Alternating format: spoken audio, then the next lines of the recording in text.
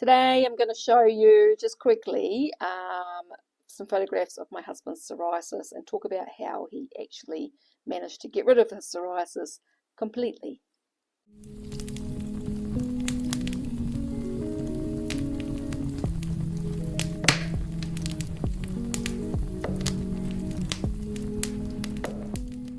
Hi there, my name is Sue. Welcome to my channel if you haven't been here before.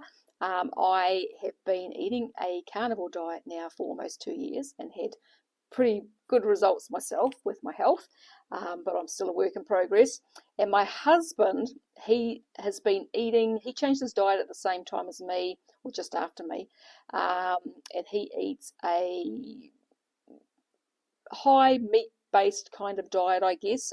Most of his calories would come from meat and eggs, but he does also eat a little bit of fruit. He tends to have mango and berries, and he also eats homemade sourdough bread and honey as well. He eats honey as well. So we make the sourdough bread here at home, and it is fermented for 3 days, so it contains almost no gluten, and that seems to work for him. His insulin levels are awesome, his weight is good, and his health is mostly pretty good. He's got a couple of little issues that still go on, and I kind of have a little dig at him every now and then and say, you know, if you quit your bread, that might go away, but he's not willing to do that. So that's fine. He's happy where he is. But this psoriasis thing kicked off for him in 2019. Now, his dad had actually passed away just a few months before this started, and I think that the two are connected. So hubby had he's always had funny things that go on his skin, and I think some of that is because he's worked with a lot of different chemicals and bits and pieces, and we've done a fair bit to kind of clean his body up over the years, and he's definitely a lot better than he used to be.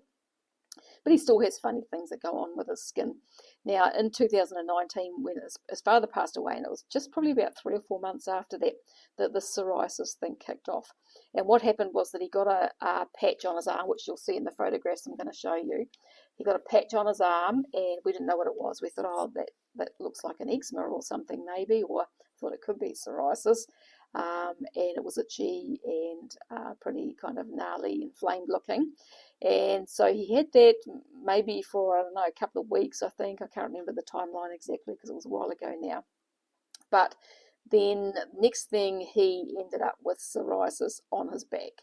And then it kind of went from there. He had patches on his legs, up the sides of his body, up the sides of his trunk, and he had psoriasis on his hands. The only places he didn't have it was on his face, kind of on the front of his body. He might have had a little bit on his chest, I can't really remember, but he pretty much had psoriasis everywhere else. And so I'm going to show you the photographs of his psoriasis over about a 2-month period. So as I said, it started towards the end of 2019, and I'll kind of go through the steps of what he actually did to get rid of it after I've shown you the photographs. Okay, so let's have a look at those. Okay, so as you can see here, I've just put this together just to show some of the photos.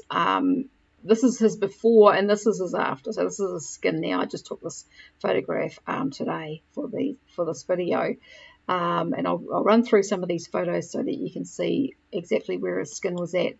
So this was in January of 2020. So as I said, he got the psoriasis, started kind of later in 2019, and then January 2020 he actually started, I got some chlorine dioxide, and he used that stuff, and so this was his skin in January 2020.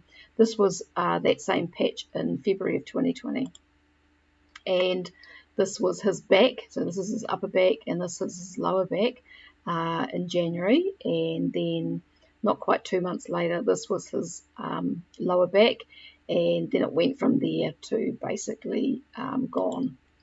So this is a few photos. So this was in November of 2019 when he first started having problems with the psoriasis. So this was the patch on his forearm that first kind of came up, and some little bits on his elbow. You see how wrinkly his arm was. And that was that same patch again. So these are all through November. And then this was a little bit later, I think, this photograph of his arm, maybe after he had started using the chlorine dioxide.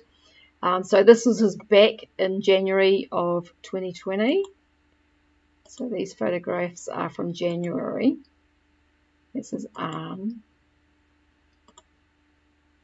So that was his lower back as well, and his upper back, and that patch on his side. And so this is February. So these photographs now are the end of February 2020. So this was his lower back. So his fingers, this was his fingers in February of 2020 as well. Now his hands had been really, really bad. He really couldn't put them into water or anything. They were just really gnarly and really itchy and a real mess. And I think his hands were kind of one of the last things to really resolve. And that's his lower back again. And then now this is him today. So this is his one arm, this is his other arm, and this is his back today. So he has no psoriasis. So as you can see, he was pretty covered in it, but it started to resolve fairly quickly over that 2-month period. But so what he did initially, like when he ended up completely covered in the psoriasis, and it was driving him nuts, he couldn't sleep, he was so itchy and just uncomfortable with it. He was pretty miserable. And I said to him, well, I said, you have a couple of options. I said, you can either go to the doctor and they're going to give you steroid creams, which might calm it down for a while, and then it'll just come back, and it's just going to make it harder to get rid of over time, because when you suppress things like that, it just pushes it into the body, and those steroid creams are just going to make things worse. And he kind of knew that. So I said to him, the other option is to take some things out of your diet and see if that helps. So what he did, I said to him, you know, take out the most common allergens. So take out dairy, gluten, and take out sugars as well. So he did that, which was a very big thing for him, because he has never in his life given up cheese. He's a real cheese addict. And to stop having sugars as well was a bit of a big deal for him, and bread as well. So he was doing gluten-free bread, so he didn't stop the bread, but bread's always been a big thing for him as well. So there is addictions, is bread and cheese and coffee. There is thing, and a bit of sweetness as well in the honey. So that's why he still eats those.